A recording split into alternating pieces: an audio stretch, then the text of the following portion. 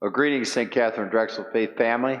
I come to you today with the task of talking about this year's Diocesan Stewardship Appeal. And I'm aware, though, that in the midst of this task, your hearts and minds and souls might be weighed down by so many other things. Certainly, the COVID 19 pandemic, which is encircled the globe as well as our country these past 3 months and more. And that certainly has been center stage. And then with this past week, the brutal beating of George Floyd and all the focus on racism and injustice and that illness that plagues our society, which led to protests across the nation, which unfortunately were hijacked by evil opportunists, I don't know how else to describe it, who decided to turn it into an opportunity to spread violence, looting, and just general disorder. So it was a very sad weekend in our country. I walked around the grounds here on a beautiful day, 2 beautiful days. Then I'd go and watch the news and just be heartbroken, as I'm sure many of you are. So we have much to pray for in that area. So I thought, how would I talk about diocesan stewardship in that context? And then I thought, well, maybe it's the perfect opportunity. Those that were devoted to violence and devoted to looting, they were basically devoted to tearing down, which is the exact opposite of stewardship, which is all about how we all contribute to build up. So I do want to talk to you about diocesan stewardship, which is my task at this time. It was an appeal that, as you might remember, is normally mentioned in late April and is to be kicked off in early May. But obviously with the coronavirus and COVID-19 pandemic, all that got put on hold. But now we do address this very important appeal. Why support diocesan appeal? Why should we be interested? Well, simply because they support our parish mission and all our parish missions and all our Catholic education missions. So it's very important to see them as partners and that we are part of a much bigger church. We need them, short and simple. They came to our defense and helped our parish and parishes and schools throughout our diocese, as they were very quick to apply for the payroll protection plan, and we got it. And that has been an incredible help to our parish to see us and help us pay for payroll and utilities through mid-June. So, and now we're starting to get back up and running. So that's been an incredible help to us and many others.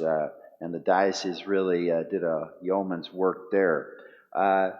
They've been continuing to work with our seminarians so we can have good future priests. And we pray for Aaron Downing, who was with us not too long ago, scheduled to become a deacon this year, and God willing, a priest next year. They've been able to continue their studies online, and also help out in parishes with this stay-home order. So that's been a blessing in the midst of a crisis. The Office of Divine Worship has helped us with many suggestions throughout the crisis, and now as we move into slowly bringing people back with certain procedures for doing that as safely and as wisely as possible. The Catholic Education Office, I know I've talked to Father Etheridge and others that have greatly assisted in helping the schools get through this crisis and to continue to, they never took a break. They continued to teach and use the computer all the way through to connect with students and their families. The Office of Family Life has been very busy working with our engaged couples, doing many things online since they haven't been able to have the normal conferences. So that's been up and running.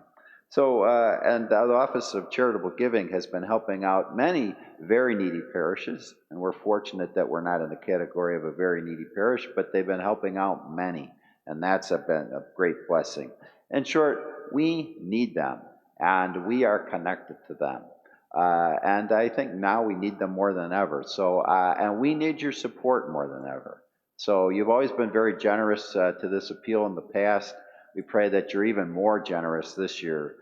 It's a very a vital appeal for our diocese and for our parish. So I want to thank you for all your past commitment to this donation, and you should receive or already have received your envelope in the mail.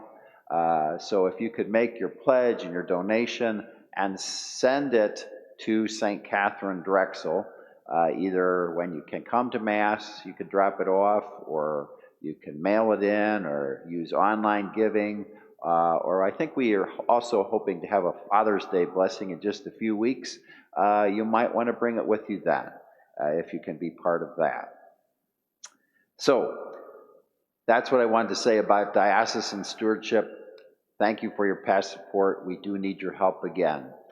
In closing, we have had 1 week now of masses with just 10 congregants and a few other ministers.